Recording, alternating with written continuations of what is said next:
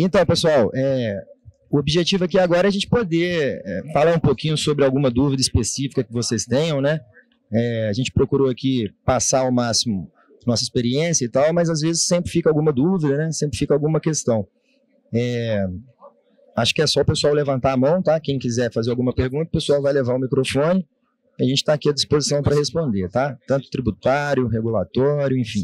Olá, boa tarde a todos. Meu nome é João, queria fazer uma pergunta um pouco mais relacionada ao tributário, né? Bom, então, acho que foi a Juliana, né? Apresentou o convênio o convênio tributário, né? Falou um pouquinho aí sobre a isenção do ICMS, né? O imposto aí que é baseado, né, numa regulação específica de cada estado, onde a gente tem a isenção do ICMS no kit tributário, né? Aqui no estado, e aí existe um outro imposto também, que é o DIFAL, né? O diferencial de alíquotas. Eu sou engenheiro, sou integrador, opero no mercado, né? Eu estou falando isso pelo conhecimento que a gente tem na nossa empresa e também junto com a nossa contabilidade, etc.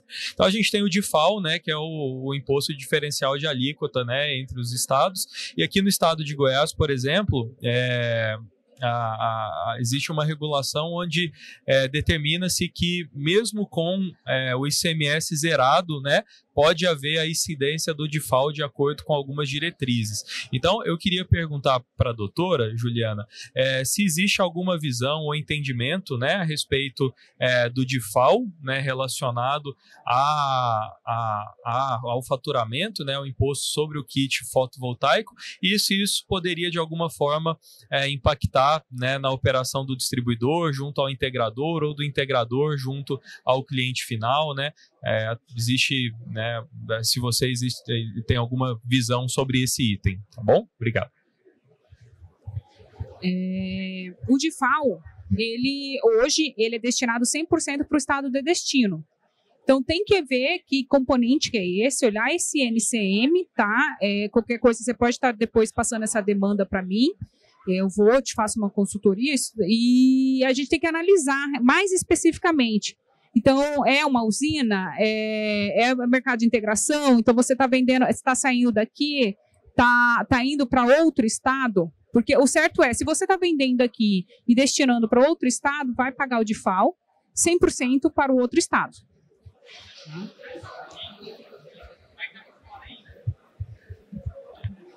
Pessoal, pode fazer mais perguntas aí que a gente está aqui à disposição, tá?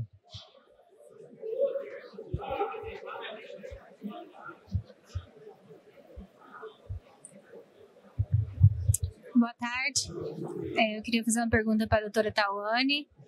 Se lá no escritório dela, ela já viu algum caso de perda de parecer de acesso pelo não pagamento da caução para projetos maiores, acho que é 500k, né? Teria que ser paga. E a distribuidora, ela não entra em contato para poder receber essa caução e nem tem um aviso prévio, não está tendo para perda desse parecer. Se você já viu algum caso desse tipo. Obrigada pela pergunta, Diná. Nós tivemos alguns casos no escritório a respeito do pagamento extemporâneo e foi possível, em todas as oportunidades, fazer o depósito. Vou tirar, gente, porque dá retorno. Eu vi que eu não sou cantora e não tenho dom para isso, tem um retorno. Todos os nossos orçamentos que havia o valor a ser depositado pelo conectante, mesmo que extemporâneo, foi possível, porque teve falha pela concessionária na notificação. Então, no período que nós tivemos de transição, o período de transição que foi de janeiro até fevereiro foi muito caótico. Aqui nós fizemos a transição de concessionária, não só de regulamentação da GD. O que nós tivemos? Alguns clientes perderam prazo, não foram notificados no e-mail do orçamento de conexão. Nós entramos em contato com a concessionária, manifestamos o interesse e foi possível sim fazer, mesmo que extemporâneo, o depósito. Acho que respondi. Se eu não respondi a pergunta, pode perguntar novamente que eu complemento. Obrigada. Mais alguém tem alguma pergunta? Dando um apoio aqui para o meu amigo Marcelo. Alguém tem mais alguma dúvida? Gente, que empresas felizes na GD, hein? Que é isso? Esse aqui é 1% do mercado. Porque geralmente é caótico quando abre para pergunta. Quando foi abrir para discussão, eu logo falei para o Marcelo, falei, nossa, vai ter bastante pergunta e bem polêmica, mas fico feliz que aqui nós não estamos com empresas que estão com tantos pepinos de conexão na GD. Boa tarde, meu nome é André, falo aqui pelo Grupo Vantagem Energia. Queria aproveitar, até acredito que foi a Tawane que estava comentando em relação à suspensão dos prazos, né? Eu queria saber se, bom, vocês bem têm acompanhado que o período, né, para conexão, seja para solar, de 12 meses, né, com direito de GD1, mini geração, ou hídrica, né, 30 meses, essa parte de discussão com as concessionárias, né, a gente tem alguns problemas, não só no estado, fora do estado. Isso demanda aí, pelo menos, né, na nossa experiência aí, 6 meses, né, de muita árdua argumentação, né, quando o processo não tem que ser direcionado até para a própria ANEEL. E aí a gente acaba perdendo, né, esse time. E aí a minha dúvida, né, é que se nesse novo orçamento, né, que às vezes que ela corrige ou que ela até emite, passa a valer aquele prazo daquele orçamento, ou o processo, ele, vamos dizer assim, os prazos são cumulativos. Essa seria a minha questão. Obrigado.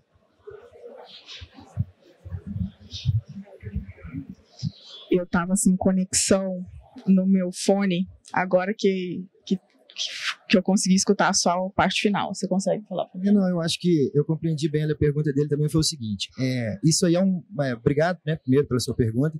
É um caso muito polêmico. Por quê? Isso aí implica diretamente, né, cumprir esse prazo de conexão, né, na resolução na 14.300 e na 1000, né, na 1059, perdão.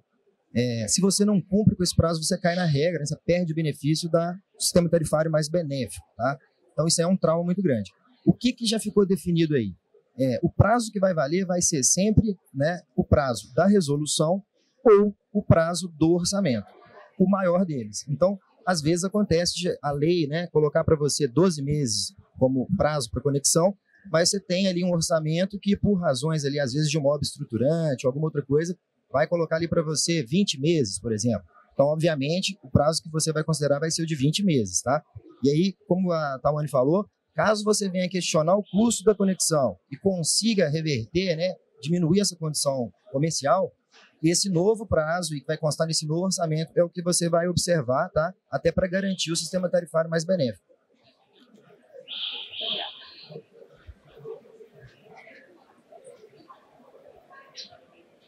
Mais perguntas? A gente tem 11 minutinhos aqui ainda para aproveitar, tá?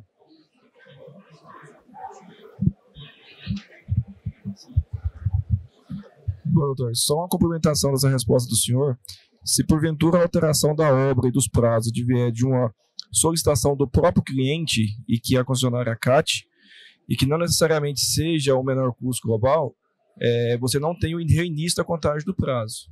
Tá? Então, assim, se você chega lá, faz um acordo com ela para você fazer a obra e propõe uma nova obra, ela aceita, o prazo possivelmente ele não reinicia, ele suspende durante as negociações e depois volta a contar. Sim, exatamente.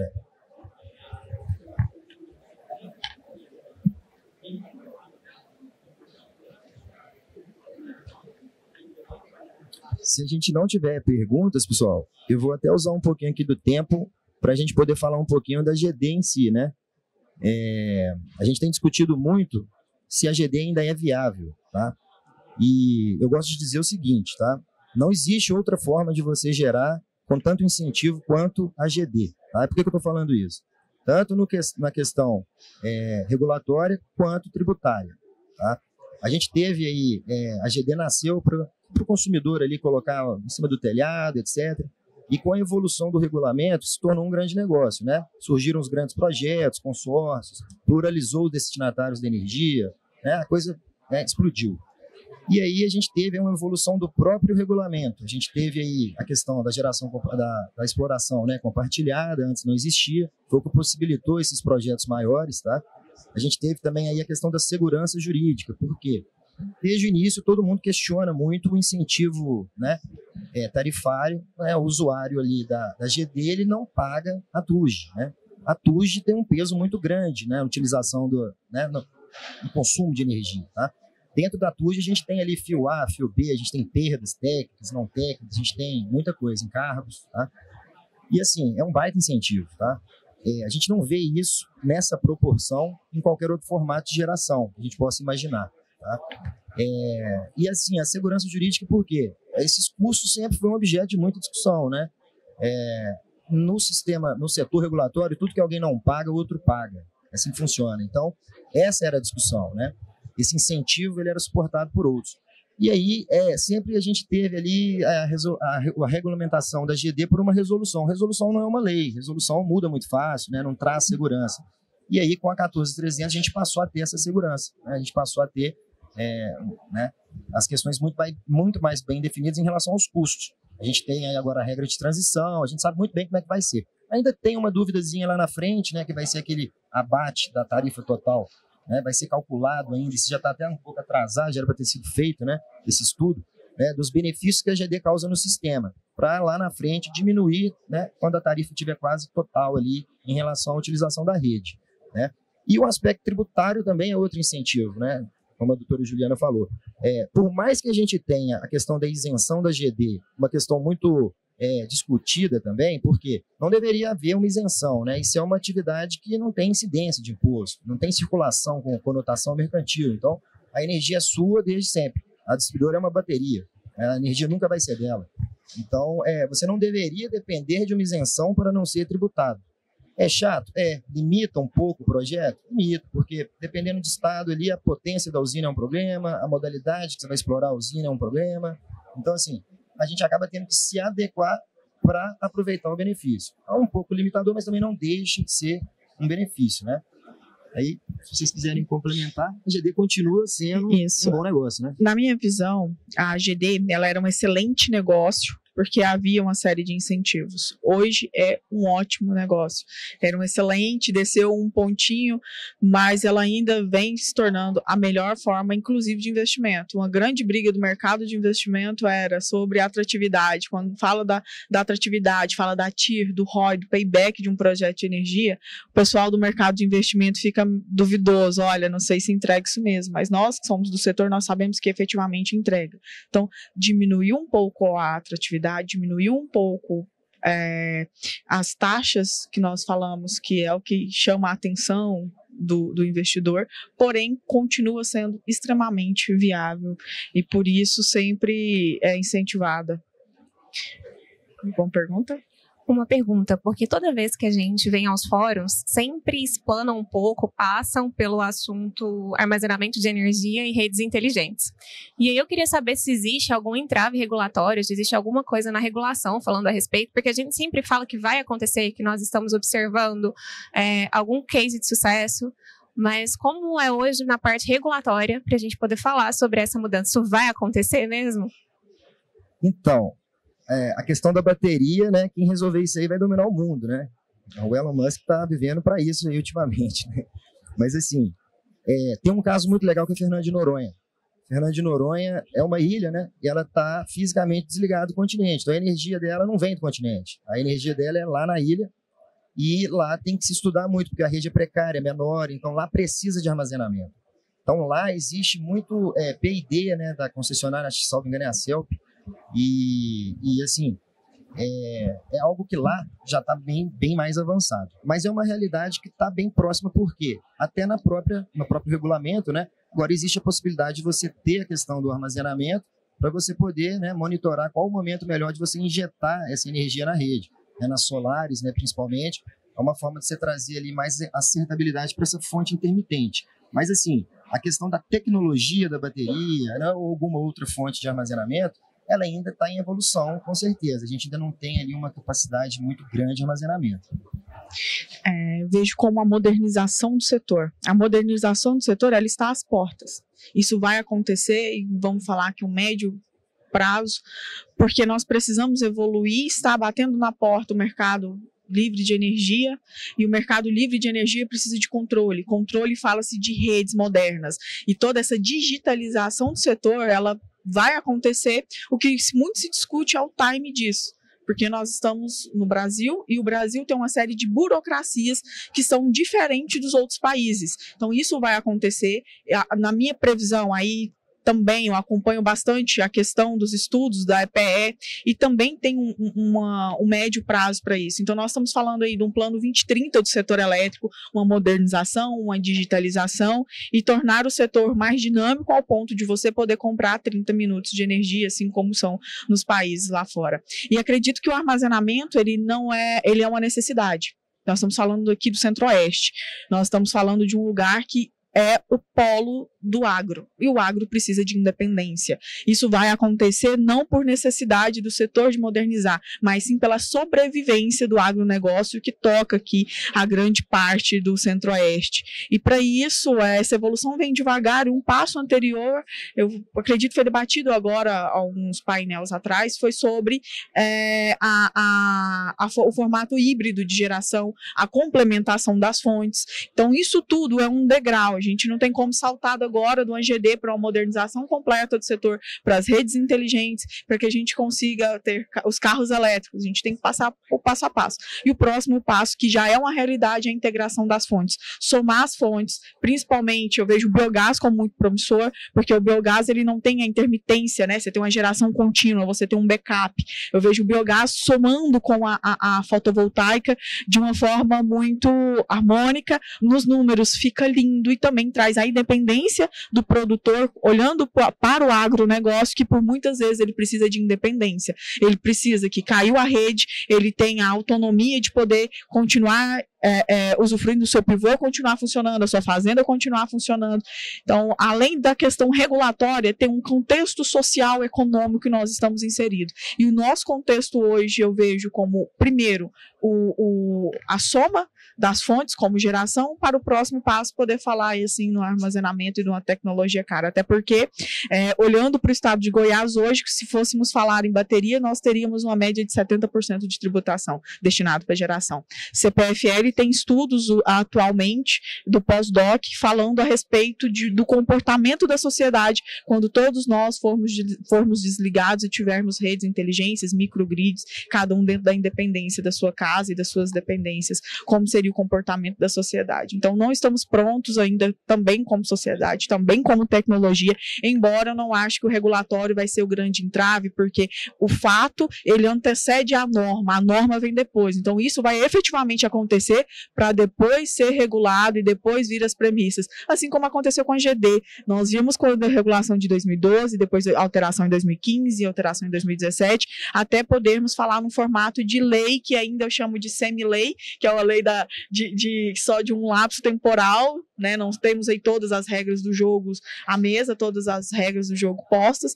Acredito que seja isso. Acho que eu delonguei, fui além do assunto GD, mas para a gente contextualizar a evolução, primeiro a gente saber onde nós estamos, essa contextualização.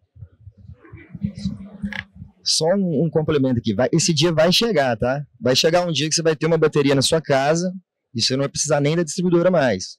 Você vai ter sua placa, vai gerar, vai abastecer sua bateria e vida que segue, né? Você não vai pagar mais encargo, imposto, a gente vai fugir de muita coisa. Mas isso ainda está um pouco distante. Vou voltar um pouquinho aqui só na questão de Noronha.